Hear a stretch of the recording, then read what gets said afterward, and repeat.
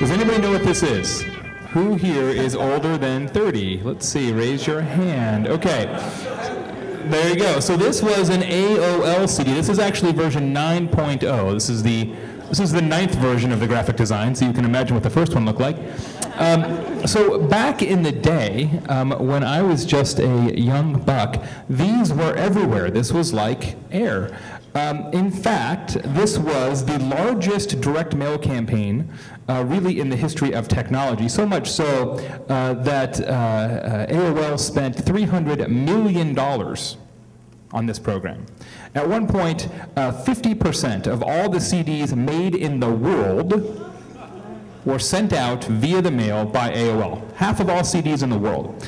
And they sent out, they spent about 10% of lifetime customer value on this program. So AOL figured that they would make $350 off of every customer by the time they eventually canceled, but they spent 10% of that on this program, which for you direct marketing folks is an extraordinary investment in new customers. Why?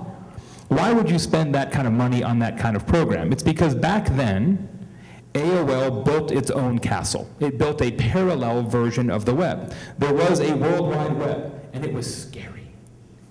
People would steal your credit card and all kinds of other nefarious things. And so AOL created a safe harbor. They created their own castle with a moat around it called AOL, and they basically replicated everything you could get on the web within AOL's walls. You could get news, you could get sports, you could get chats, you could get stocks and weather and shopping and everything else under the sun, all within their little shopping mall. And we gladly signed up as knights to participate in this castle. The conversion rate of that crazy direct mail piece of sending people out CDs without them asking for it, 10%. Wow. 10%. Right? If you get a 2% conversion rate on a website, you're killing it. Right? What's your average banner ad click-through right now? 0.008, I think, is what the current average is. 10% uptake on mailing CDs randomly to your house. In 1992, AOL had 200,000 subscribers when they started this program. By 2002, 10 years, they had 25 million subscribers. From a market capitalization perspective, when they went public in 1992, their market cap was 70 million. And a decade later, when they bought Time Warner, in one of the craziest reverse mergers in the history of the world, they had a $150 billion market cap. There's money in the castle business, okay? And history is repeating itself. Who's the new AOL? Who's the new castle builder? These guys. It's the exact same play 20 years later. Exact same play. Think about what Facebook is doing, right? They actually have 3 fronts that they're fighting on. They have Facebook.com, okay? They have the parallel web, sort of their version of the web that they're trying to build within their own castle. And then they have this ability to mine an amazing amount of data about all of us through the Facebook Open Graph. On the Facebook.com side, a site that I'm sure everybody here is familiar with, the numbers are pretty staggering. It is the most visited website in the history of the United States. I believe the new stat, I know Tom Webster is here, is 51% of US adults are on Facebook now. It is now a majority. More people are on Facebook than aren't on Facebook.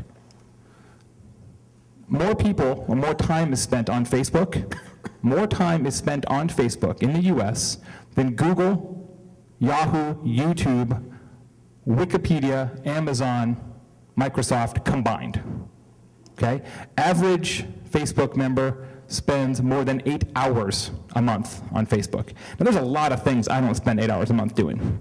A lot of things. Exercising, you know. So they're now also the largest seller of display advertising online. So they have more display ad inventory. Now it's not sold for the same kind of money, but they have more ads available to sell than any other website out there. And they're building their own castle. It's the same thing. They just call it different. Facebook events, there's a castle. Facebook causes, Facebook places, Facebook deals, Facebook credits, which is their payment system that's going to compete with PayPal. Facebook messages, they're trying to compete against email, right? Facebook mobile. And now they've just announced a new Facebook telephone. Going to be able to have a Facebook mobile phone. in terms of the parallel web and the data side of this, right? The big screenshot there is for a site called likebutton.me. And if you've never gone to this site, I suggest that you do, because it will freak you out. Go to likebutton.me, connect your Facebook account with it, it's safe, it's not going to be used in any nefarious way. And what it shows you in real time is all of your friends in Facebook and what stories they're looking at on all the websites across the web and what things they've shared. So if I want to know what videos Mark has looked at, the ones that work, and I want to know which things he's shared, I can just go to this site and it will tell me. Okay?